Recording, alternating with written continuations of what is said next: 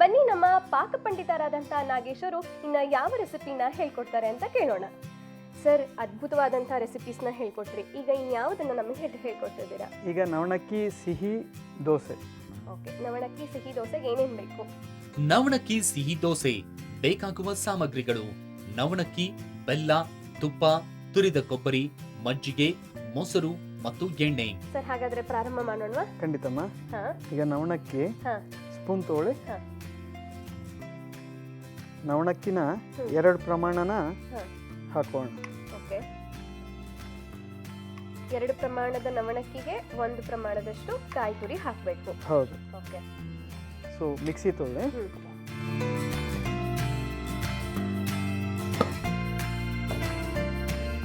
ಈಗ 1 bowl and 2 bowls ನಾನು ತಗೋತಾ ಇದ್ದೀನಿ. ಹೌದು, ಎರಡನೇ. ಓಕೆ,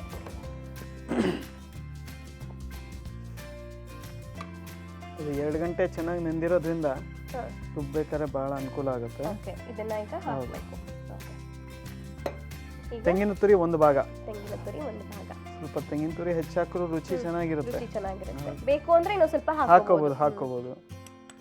ನಾವೀಗ 1 ಬೌಲ್ ತಗೋತಾ ಇದ್ದೀವಿ. ಹೌದು, ಹಾಕಿ ಅದೆಲ್ಲ ಅಷ್ಟು ಹಾಕಿ. ಓಕೆ,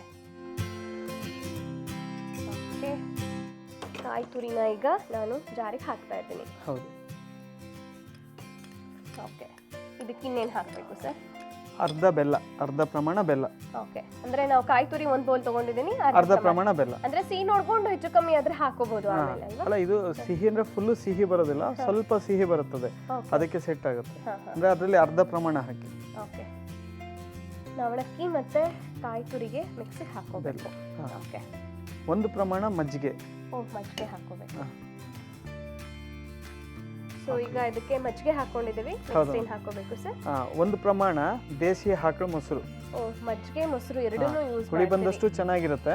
ಹುಳಿ ಬರ್ಬೇಕಾ ಅದಕ್ಕೆ? ಓಕೆ, ಹುಳಿ ಬಂದಷ್ಟು ಚೆನ್ನಾಗಿರುತ್ತೆ. ಮಜ್ಜಿಗೆ ಎಷ್ಟು ಹಾಕೊಂಡಿರ್ತೀವೋ ಮೊಸರು ಅಷ್ಟೇ ಹಾಕೋಬೇಕು. ಓಕೆ, ದೇಸಿ ಆಕಳು ತುಪ್ಪ ಆರೋಗ್ಯಕ್ಕೂ ಒಳ್ಳೆದು. ಇದು ದೇಸಿ ಆಕಳು ಮೊಸರು ಅಥವಾ ಮಜ್ಜಿಗೆ, ತುಪ್ಪ ಎಲ್ಲವೂ ಆರೋಗ್ಯಕ್ಕೂ ಒಳ್ಳೆಯದು. ನಮ್ಮ ಹೆಲ್ದಿ ಕಿಚನ್ ಕಾನ್ಸೆಪ್ಟೇ ಅದು ಅಲ್ವಾ ಸರ್? ಹೌದು, ಹೆಲ್ದಿ ಆಗಿರ್ಬೇಕು. ಮತ್ತೆ ಇನ್ನೇನು ಹಾಕಬೇಕು ಸರ್? ರುಚಿಗೆ ತಕ್ಕಷ್ಟು ಉಪ್ಪು. ಓಕೆ, ಅಂದ್ರೆ ನಾವು ಬೆಲ್ಲನೂ ಹಾಕೋತಾ ಇದ್ದೀವಿ, ಉಪ್ಪು ಹಾಕೋತಾ ಇದ್ದೀವಿ. ಹೌದು. ಓಕೆ, ಹೊಸದಾಗಿದೆ.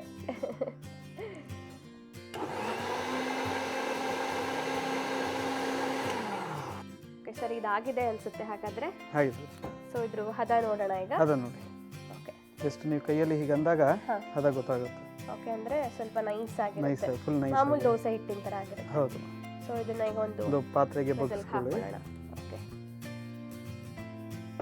ಓಕೆ, ಇವಾಗ ಇದನ್ನ ಇದಕ್ಕೆ ಹಾಕೋಣ.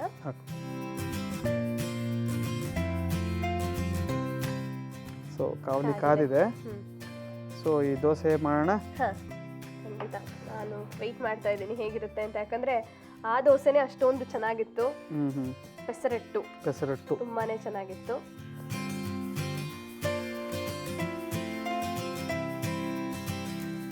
ಈಗ ಇದಕ್ಕೆ ಎಣ್ಣೆ ಹಾಕೋತೀರಾ, ತುಪ್ಪ ಹಾಕೋತೀರಾ?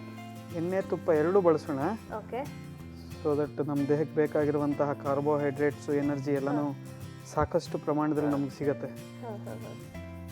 ಚಪಾತಿಗೆಲ್ಲ ನಾವು ಹೇಳ್ತೀವಿ ಯೂಶಲಿ ಎಣ್ಣೆ ಹಾಕೋಬೇಡಿ, ಡಯಟ್ ಕಾನ್ಶಿಯಸ್ ಇರೋರೆಲ್ಲ ಡ್ರೈ ಚಪಾತಿ ತಿನ್ನಿ ಅಂತ ಹೇಳ್ತಾರೆ. ಹಾಕಿ ತಿಂತಾರೆ, ಅಂದ್ರೆ ಅದು ಎಷ್ಟರ ಮಟ್ಟಿಗೆ ಒಳ್ಳೇದು? ಹೇಳ್ತೀರಾ ಎಣ್ಣೆ ಜಾಸ್ತಿ ಯೂಸ್ ಮಾಡಬೇಕು? ಇದೆಲ್ಲ ವೆಸ್ಟರ್ನ್ಸು ನಮಗೆ ದಾರಿ ತಪ್ಪಿಸಿರುವಂತಹ ಒಂದು ಪರಿಕಲ್ಪನೆಗಳು. ನಮ್ಮ ದೇಶೀಯವಾಗಿ ನಾವು ನಮ್ಮ ಪಾರಂಪರಿಕವಾಗಿ ಉಪಯೋಗಿಸುವಂತಹ ಆಹಾರಗಳಲ್ಲಿ ಒಗ್ಗರಣೆ ಉಪಯೋಗಿಸ್ತೀವಿ, ಆಮೇಲೆ ಹಪ್ಪಳ ಸಂಡಿಗೆ ಕರಿತೀವಿ. ಹಾಗೆ ಎಲ್ಲದಲ್ಲೂ ಬೇಕೇ ಬೇಕು. ನಮ್ಮ ಪೂರ್ವಿಕರು ಹಿರಿಕರು ಅವರು ನೂರಾರು ವರ್ಷಗಳಿಂದ ಉಪಯೋಗಿಸಿದಾರಲ್ಲ, ಇಟ್ ಈಸ್ ಟೈಮ್ ಟೆಸ್ಟೆಡ್. ಈ ಒಂದು ಎಣ್ಣೆ ಮತ್ತು ತುಪ್ಪ ಇವೆಲ್ಲ ನಮ್ಮ ದೇಹಕ್ಕೆ ಬೇಕಾಗಿರೋ ಜಿಡ್ಡು ಬೇಕಾಗುತ್ತೆ. ಹಾಗಾಗಿ ಅದು ಉಪಯೋಗಿಸೋದ್ರಿಂದ ನಿಮ್ಮ ಮೇಧಾಶಕ್ತಿ ಹೆಚ್ಚಾಗುತ್ತೆ. ಅಂದರೆ ಬ್ರೈನ್ ಪವರ್, ಅನಲೈಸಿಂಗ್ ಪವರ್, ಮೇಧಾಶಕ್ತಿ ಇದೆಯಲ್ಲ, ಅದು ಮೇಧಾವಿ ಅನ್ನೋ ವರ್ಡ್ ಬಂದಿದ್ದೆ ಈ ಫ್ಯಾಟ್ ಸಂಬಂಧಪಟ್ಟ ಒಂದು ವರ್ಡಿಂದ ಈಗ ಅಂದ್ರೆ ಮಕ್ಕಳಿಗೆಲ್ಲ ಮೇಧಸ್ಸು. ನಾವು ಆಕ್ಚುಲಿ ಮೆಮೊರಿ ಪವರ್ ಜಾಸ್ತಿ ಆಗ್ಬೇಕು ಅಂತ ಏನೇನೋ ಪೌಡರ್ಸ್ ಎಲ್ಲ ಕೊಡ್ತೀವಿ, ಹಾ ಹಾ ಇನ್ಸ್ಟೆಂಟ್ ಪೌಡರ್ಸ್. ಅದಕ್ಕೆಲ್ಲ ಮನೇಲೇ ಇರೋವಂಥದ್ದು ಈ ಥರದ್ದೆಲ್ಲ ಹೆಲ್ದಿ ಆಗಿರುವಂಥ ಇಂಗ್ರೀಡಿಯೆಂಟ್ಸ್ನ ಯೂಸ್ ಮಾಡಿದ್ರೆ ಇನ್ನೂ ಹೆಲ್ದಿ ಆಗಿರ್ತೀವಿ. ಆಟೋಮೆಟಿಕಲಿ ನ್ಯಾಚುರಲಿ ಮೆಮೊರಿ ಪವರ್ ಜಾಸ್ತಿ ಮಾಡ್ಕೋಬಹುದು. ಹೌದು, ನ್ಯಾಚುರಲ್ ಆಗಿ ಮೆಮೊರಿ ಪವರ್ ಹೆಚ್ಚಾಗಬೇಕು ಅಂದ್ರೆ ಹಾ. ದಿನ ದೇಸಿ ಆಕಳ ತುಪ್ಪ ತಗೊಂಡ್ರೆ ಇಮ್ಯುನಿಟಿನೂ ಜಾಸ್ತಿ ಆಗುತ್ತೆ, ಮೇಧಾಶಕ್ತಿ ಅಂದ್ರೆ ಬ್ರೈನ್ ಪವರು ಜಾಸ್ತಿ ಆಗುತ್ತೆ. ಸೊ ಇದು ಬೆಂದಿದೆ ಅಂತ ಅನ್ನಿಸ್ತಾ ಇದೆ. ಸೊ ಆ ಹಸುನ ಆಕಳಿನ ಕೆನೆ ತೆಗೆದು ಸ್ಟೋರ್ ಮಾಡಿಟ್ಕೊಂಡು ಹಾ ಹಾ ಅದು ತಪ್ಪದು. ಆಕ್ಚುಲಿ ಅದನ್ನ ಹೆಪ್ಪಾಕ್ಬೇಕು, ಹೆಪ್ಪಾಕಿ ಮೊಸರು ಮಾಡಿ ಆಮೇಲೆ ಲೋವರ್ RPM ಅಂದ್ರೆ ಏನು ಕುಡಿಕೆ ಅಲ್ಲಿ ಈ ಕಡಿಯೋಂಥ ಒಂದು ಇದಿದೆಯಲ್ಲ, ಬೆಣ್ಣೆ ಕಡಿಯೋಂಥವು, ಆದ್ಮೇಲೆ ತುಪ್ಪವಾಗಿ ಹದವಾಗಿ ಕಾಯಿಸೋದು ತುಪ್ಪ ಕಾಯಿಸೋದು ಅದೊಂದು ಆರ್ಟ್, ಎಲ್ಲರಿಗೂ ಬರೋದಿಲ್ಲ.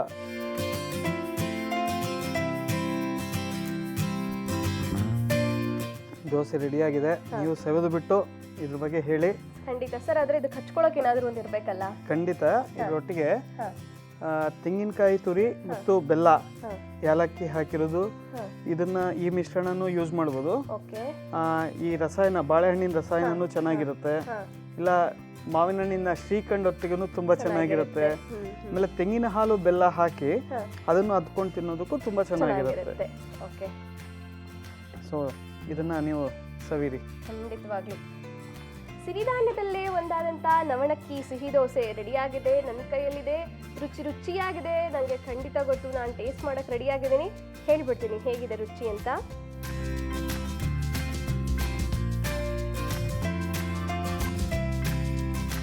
ಸೂಪರ್ ಆಗಿದೆ. ಟೇಸ್ಟ್ ಇನ್ನೊಂದ್ಸರಿ ಗೊತ್ತಾಗ್ತಿಲ್ಲ, ನೋಡ್ತೀನಿ. ತಿಂತಾ ಇದ್ರೆ ನೀವು ತಿಂತಾನೆ ಇರ್ತೀರಾ. ಮಾಡಿ ಹಾಕೋರು ಗಟ್ಟಿಯಾಗಿರ್ಬೇಕು. ಸೂಪರ್ ಆಗಿದೆ, ಚೆನ್ನಾಗಿದೆ. ಎಷ್ಟು ಹೇಳಿದ್ರು ಸಾಲದು. ಮನೇಲಿ ನೀವು ಟ್ರೈ ಮಾಡಿ, ನೀವಂತೂ ಎಂಜಾಯ್ ಮಾಡ್ತೀರಾ. So healthy and yummy for tummy recipe ಆದಂಥ ನವಣಕ್ಕಿ ಸಿಹಿ ದೋಸೆ ರೆಡಿಯಾಗಿದೆ. ನೀವು ಟ್ರೈ ಮಾಡಿ, ಹೆಲ್ದಿ ಆಗಿರಿ.